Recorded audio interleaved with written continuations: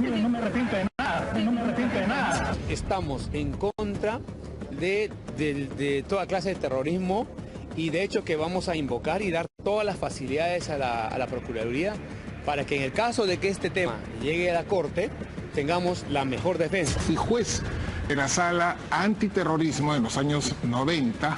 Mi experiencia personal desde ese punto de vista es que el señor Polay no está arrepentido de ninguno de los actos delictivos. En materia de derechos humanos hay que tener mucho cuidado. Si mañana te acusan de algo y tú apelas, obviamente nadie puede estar en contra de tus derechos. Yo sí creo que deberíamos de salirnos de la Corte Interamericana de Derechos Humanos. ¿Por qué? Porque siempre están solamente levantando la voz por los delincuentes, los terroristas, nunca por las personas de a pie. La comisión quiere revisar el caso, que lo revise también la justicia. ¿Por qué no le pusieron cadena perpetua? ¿Que el MRTA no cometió delito de lesa humanidad?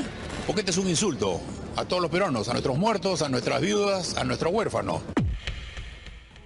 Bueno, muy bien, eso es lo que muchas personas están absolutamente molestas. Creo que todos los peruanos que tenemos memoria, por supuesto, estamos enojados por lo que ha pasado.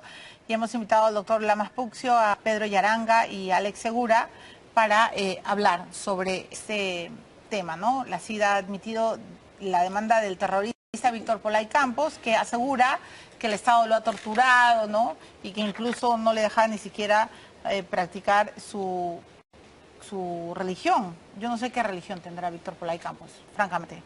Pero bueno, doctor Lamas Puccio, bienvenido. ¿Qué piensa de lo que se está ventilando hoy, de esta admisión de la demanda? Muy buenas noches. Buenas noches, bienvenido. Mira, yo creo que hay que tratar de ver las cosas con bastante objetividad en la medida de las posibilidades.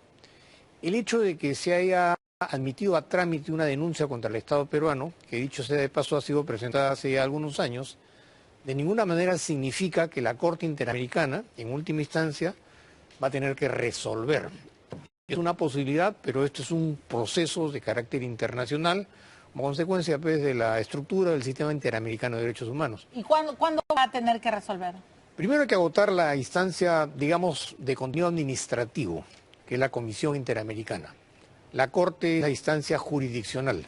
En otras palabras, son los jueces interamericanos. Esta vía administrativa puede durar varios años, dependerá de lo que vaya aconteciendo, y si no se llega a una solución, digamos, amigable entre el Estado y quien han presentado la denuncia, y si la Comisión lo considera pertinente, entonces la Comisión va a denunciar al Estado peruano ante la Corte Interamericana para que empiece propiamente un juicio supranacional en los términos como se conoce. En la práctica, si para admitir la demanda han pasado algunos años, ya nos imaginamos lo que vamos a tener que esperar hasta que en última instancia se convoque a una audiencia especial en la Corte Interamericana con la presencia de los magistrados y se resuelva. Incluso desde el momento que se cita esa audiencia hasta que se emite la sentencia pueden pasar 6, 8 meses. O sea, en la práctica estamos hablando de por lo menos 5 o 6 años hasta que se resuelva. No sabemos si a favor o en contra, dependerá de una serie de contingencias. Pero ¿cómo entender la admisión de esta demanda de un terrorista? No entiendo. Mira, el hecho de que se haya admitido a trámite es haber cumplido con las formalidades. Okay. Es como quien va al Poder Judicial, le presenta una demanda, paga la tasa. Pero eso no quiere decir que tenga razón. De ninguna manera, de ninguna manera. Yo creo que hay que ver las cosas, por eso te decía, con mucha objetividad y porque además, mientras el Perú sea parte del sistema interamericano, tiene pues que someterse a los procedimientos respectivos. Correcto, muy bien. Pedro Yaranga, usted es, un analista que sabe muy bien todo lo que ha pasado con el terrorismo. También queríamos conocer su opinión. Buenas noches, bienvenido. Sí, buenas noches, Milagros. Yo creo que en el país estamos de error en error, sobre todo cuando hablamos de lucha contra este tipo de criminalidad que es terrorismo. Polay Campos es el máximo jefe de la organización, al igual que en el caso de Sendero Luminoso, quien estaba Ismael Guzmán, luego estaban los integrantes del Comité Central, y algunos de los integrantes del Comité Central, en el caso de Sendero Luminoso, están sentenciados a cadena perpetua. ¿Por qué? Porque sucedieron, después de la caída de Guzmán, sucedieron como en el caso del camarada Artemio, que también está a cadena perpetua.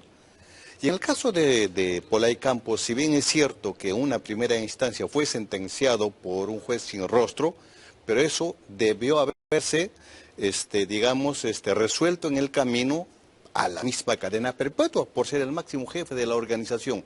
Si este señor tiene esa sentencia, significa que el resto que detrás de él va a tener una sentencia mucho más de pocos años. Y creo que eso está muy mal. Se debe haber corregido, por lo menos desde mi punto de vista, en el camino, ¿no? Muy bien. Alex Segura es comando Chavín de Huántar, ¿no? Y ustedes saben lo que significó para nuestro país la acción de los comandos Chavín de Huántar, que además ha sido estudiado en tantos foros internacionales. Señor Segura, ¿qué ha pensado usted cuando ha leído esta noticia? Bueno, buenas noches, bienvenido. Buenas noches con todos.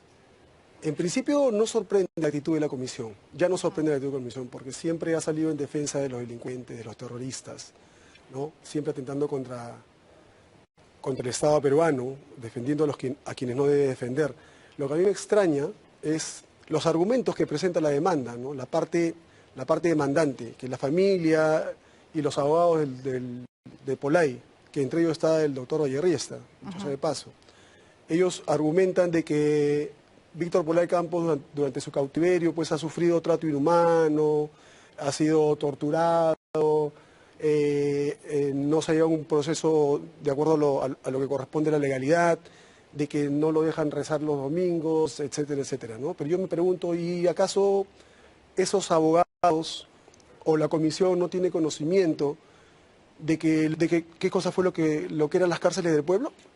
En las cárceles del pueblo, que fue un mecanismo, una herramienta implementada por el MRTA, ¿acaso no se torturaba a los secuestrados? Donde los metían en un hueco de uno por uno y no podían ni ponerse de pie, donde estaban todos doblados. Y cuando fueron rescatados, ¿cómo salieron? Si es que salían vivos. Exactamente. Si es que salían vivos, salían con la mitad de su peso perdido, en condiciones sumamente maltratados psicológicamente y físicamente. Eso no es un trato infrahumano. ¿Eso no se acuerda de la comisión o no sabe la comisión para admitir a trámite esta demanda?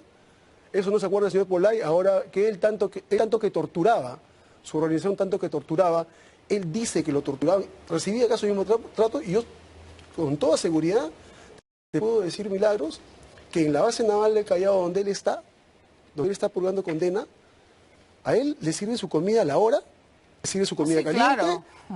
Tiene médicos, lo atienden como él nunca pensó atender a sus secuestrados.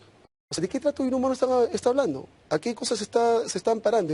¿En qué radica la sostenibilidad de sus argumentos? Entonces, eso es realmente indignante, porque como digo, la comisión lo único que hace es defender a los terroristas. Y Víctor Pollay Campos no es un ciudadano cualquiera. Es un terrorista, tenemos que recordarlo siempre. Eso es lo que piensan y lo que pensamos todos los peruanos. Por eso le decía, ¿por qué admiten? Y usted me dice, es puro formalismo, pero comprenderá el enojo. Sí, claro, yo estoy de acuerdo con lo manifestado, pero también hay que tener hay que estar conscientes de lo que sucede como consecuencia de los compromisos que ha asumido el Estado peruano. Para que eso no acontezca, el Perú tiene que retirarse del sistema interamericano de derechos humanos. Y como se tiene que cumplir con un trámite de carácter interno, evidentemente que van a surgir intereses para que eso no suceda. ¿Por qué? Porque el sistema interamericano se ha convertido en una caja de resonancia que no solamente tiene que ver con el tema de Pollay, también tiene que ver con el tema de Castillo. Porque Castillo tiene dentro de sus objetivos, en última instancia, llegar al sistema interamericano. Correcto. Para eso la Comisión ha emitido un informe, para eso las Naciones Unidas ha emitido otro informe, y hay una serie de circunstancias vinculadas a la temática del sistema que mientras el Perú siga siendo parte de este sistema, tiene que acatar esas decisiones porque firmó un tratado, firmó un compromiso. Entonces, justo eso decía Roque Benavides en el bloque inicial, que él sentía que la Corte estaba demasiado ideologizada, que Estados Unidos se había retirado y que él creía que era hora de pensar en retirarnos de este organismo. ¿Piensa lo mismo? Sí, yo estoy de acuerdo. El problema es cómo habría que hacer para retirarnos. ¿Por qué? No se trata solamente de la decisión del gobierno, sino que esto necesariamente va a tener que ser discutido en el Congreso de la República, y sabemos la situación en la que se encuentra particularmente politizada la labor congresal en un escenario de esta naturaleza. Entonces, no es solamente un tema de amargura, que está justificado de todo punto de vista, sino es un tema que hay que ceñirse necesariamente a estos protocolos, porque eso es, para bien o para mal, parte de la democracia. El Perú tiene prerrogativas de poder retirarse en términos absolutos. El tema es si lo va a hacer, si lo puede hacer, cómo lo tendría que hacer, y que si realmente todos los peruanos estamos de acuerdo en que eso suceda. ¿Por qué? Porque esa decisión tiene que ser consecuencia de un debate parlamentario y en última instancia tiene que ser el Ejecutivo, a través de los canales respectivos, el que materializara una decisión de esta naturaleza. Y no necesariamente este Parlamento nos representa, ¿no? Bueno, bien, buen punto. Pedro Yaranga, ¿está de acuerdo en retirarnos? Yo creo que sí, sin embargo yo coincido con el doctor Lamas Puquio en el sentido de que eso lleva tiempo. Claro. Mientras tanto, ¿qué hacemos? Hay cosas que están en curso también. Lo que pasa es que en la Corte Interamericana de Derechos Humanos nosotros casi siempre hemos perdido en los procesos. Porque el Perú no tiene un abogado especializado en esa instancia. Este caso está en la Comisión Interamericana, que va a llegar de todas maneras a la Corte, ¿no es cierto? Entonces, mientras los terroristas tienen una defensora especializada, el gobierno peruano no tiene ese tipo de defensoría. Eso deberíamos por lo menos mejorar. Clarísimo. Sí, claro, porque si nos vamos a defender hay que hacerlo bien, ¿no? Con usted termino, Alex Segura. ¿Está de acuerdo en retirarnos? Yo estoy de acuerdo en retirarnos del sistema de la Convención de Derechos Humanos. Estoy de acuerdo, creo que ya es hora ya. Ya es hora, porque eso nos está limitando a tomar acciones que nos ayudarían a sobreponernos y a luchar contra lo que queda del terrorismo, y a luchar contra la criminalidad que ahora nos está cambiando, que ahora nos está ganando terreno. Y hay una cosa muy importante, aparte de dar mi opinión con respecto a quedarnos o salirnos de la CID.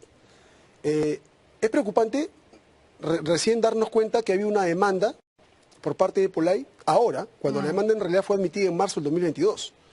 Pasó lo mismo con el tema de Chavín de Huántar. El tema de Chavín de Huántar durmió el legajo en los archivos de la Procuraduría, lo que está diciendo. Y recién nos enteramos en el 2011, cuando había sido presentada desde 2009.